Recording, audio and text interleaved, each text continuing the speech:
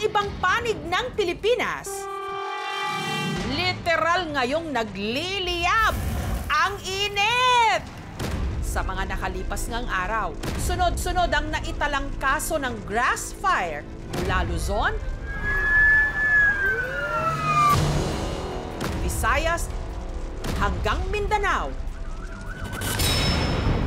Malaking balita rin sa linggong ito ang pagkasunog ng 19 na nakaparadang mga sasakyan sa parking area sa NAIA Terminal 3 sa Pasay, kung saan ang isa sa tinitingnang anggulo, grass fire. Terminal 3, open parking. Pero grass fire ba talaga ang sanhi ng sunog? Seryosong usapin po ito, lalo pat mahigit 100 ng mga bayan sa ating bansa ang idineklara sa ilalim ng state of calamity. Nakamamatay po ang matinding init. Umaga nitong Lunes, nung unang napansin ang nagngangalit na apoy sa parking lot sa NAIA. Wala namang nasaktan sa insidente, pero 19 na mga sasakyan ang nilamon ng apoy. Di kaya! Maraming factor pa tayong tinitingnan, no? Subject to the investigation. May kontribusyon ang mainit na panahon. Yung sunog ay nagsimula sa isa sa mga sasakyan at dahil sa mayroong matataas na damo, kumalat ito, nadamay yung ibang mga sasakyan na kapag ang ating mga sasakyan ay naiwan sa initan, ang init na nag-accumulate doon sa loob ay natitriple. Kung may maiwan na kahit na anumang flammable material doon sa loob, enough time of exposure to that constant heat would be enough to ignite. Huwag mag-iiwan sa loob ng sasakyan ng mga flammable items, no? Lighters, alcohol, alcohol, pati yung mga pabango, no? Ang pamunuan ng parking lot nangakong i-cover ang insurance ng mga nasunog na sasakyan. Kung sakasakaling magkaroon sila ng hindi pagkakaunawaan, siguro that's the time that MIA will step in, no? Mala-impyerno nga ang init ngayon. Di kaya eh. Tingnan mo to, sobrang init oh. Uminom po kami ng malamig na tubig para maibsan yung init. Ang heat index na naitala sa iba't ibang lugar sa Pilipinas, pulang-pula. Majority po sa mga lugar sa ating bansa ay nasa danger category, which means na yung heat index po ay 42 up to 51 degrees Celsius.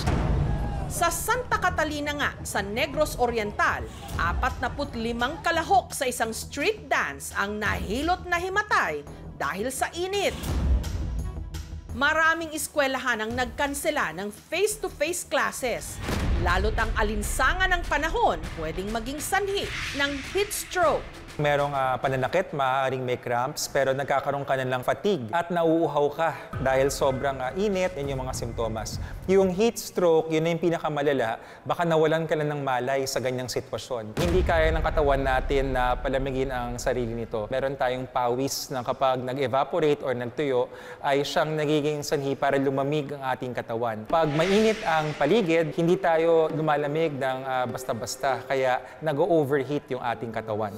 Bagay na nangyari sa 26 anyos na teacher mula Marikina na si Dan Paul. Sa larawang ito, makikita kung paano pilit na nire-revive ng doktor si teacher Dan Paul. Pero huli na ang lahat. Ang naging sanhi ng kanyang pagkamatay, acute myocardial infarction o heart attack dahil siya'y na heat stroke. Yung mga pumutok ko daw po na ugat sa ulo niya. Kaya rin po unconscious na siya. Sobrang init po talaga ng araw na yun eh. Ang daya-daya niya, lagi niya kaming pinapaalalahan ng kuya niya. I-chat niya, kuya, ang init na, huwag kang lalabas, kuya. Hanggang ngayon, hindi ko pa siya kaya tingnan. Sobra siya magpaalala sa amin, pero yung sarili niya, hindi niya na paalalahanan. Pasado 4:00 raw ng hapon nitong Lunes, sumama ang pakiramdam ni Teacher Dan Paul. Nagawa pa nga raw nitong mag-message sa kanilang GC o group chat. Ako po yung una nag-sim nun. Nakita ko po pong typing. Nagsabi niya po siya ng help po. Si Teacher Dan Paul, mag-isa raw nung pauwi galing eskwela sa kanilang bahay sa San Mateo, Rizal. Nasa Cavite kasi noon ang kanyang buong pamilya, sa bahay ng isa niyang kapatid. Pagkabasa nila sa kanyang chat, agad umuwi ang kanyang mga kaanak. Nakaupo po, ginamit po niyang yung bag niya. Parang pinilit naman po niya survive kasi nagbasa po siya ng damit nilagay po niya sa ulo niya.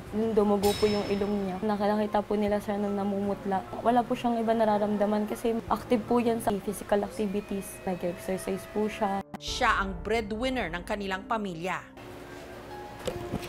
Kaya nga medyo po kasi siya po talaga pinakamabait eh.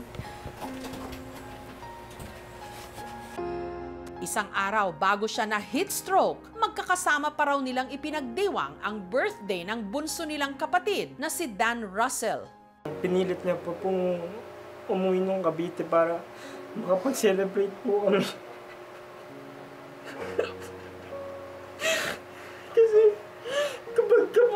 pagka po birthday ko, isa lang po yung wish ko sa kanila. Sabi ko po, kahit kumpleto lang tayo. After po namin kumain sa Tagaytay, paalam siya na uuwi dito kasi kailangan niyang pumasok kinabukasan. Kahit anong pigil namin, paliwanag naman siya, ma. Ayokong absent yung estudyante ko. Isa siyang masayahing teacher. Pag break time, ikipag-ulitan talaga yung mga bata. Marami siyang naging naturo sa amin, mapa-ACADS man po or mapatungkol sa buhay namin. Ayon sa Department of Health, nakapagtala na sila ng 34 na mga kaso ng heat-related illness sa bansa. 6 na ang namatay. Ang unang lunas para sa ating heat-related illnesses, ilayo doon sa lugar na mainit ang ating pasyente. Gumamit tayo ng mga bimpo na mamasa-masa, punas-punasan natin ang katawan para maibsan ang init. Habang ginagawa natin yung first aid, importante na parating na ang saklolo. Mula alas 10 ng umaga hanggang alas 4 ng hapon, yan yung oras ng araw na pinakamataas ang sikat ng araw. At sa panahon na yan, umiwas muna tayo sa heavy physical activity. Kung tayo naman po ay mga trabahador, dapat meron pong mga pahinga, hindi dire-diretso ang trabaho. Meron tayo dapat malinis na tubig na dala-dala natin. On average, mga 7 to 8 glasses of water per day ang dapat iniinom natin.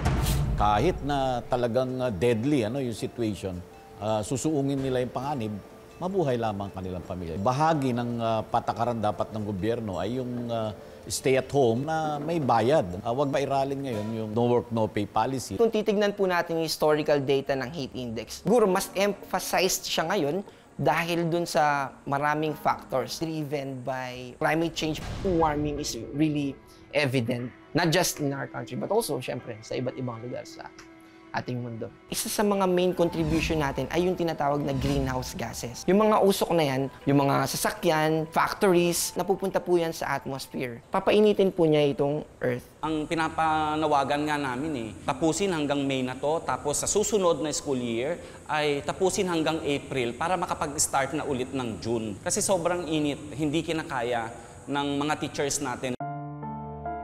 Samantala, ang mga labi ni Sir Dan Paul nakaburol ngayon sa bahay nila sa Marikina. Nag-decide po kaming family ni Sir na gumawa po ng ball para po yung mga letters na gagawin ng mga students niya. Kahit na alis na si Sir, may madala pa rin po si Sir.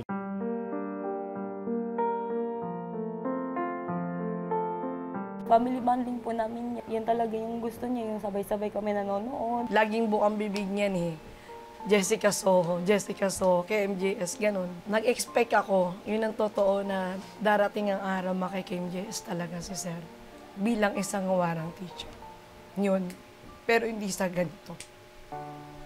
Hindi ganito.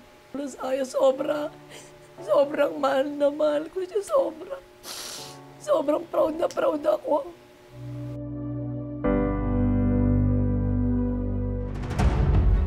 Mag-ingat po tayong lahat ngayong tag-araw. Stay hydrated. Uminom ng maraming tubig para may pangontra sa nakamamatay na init.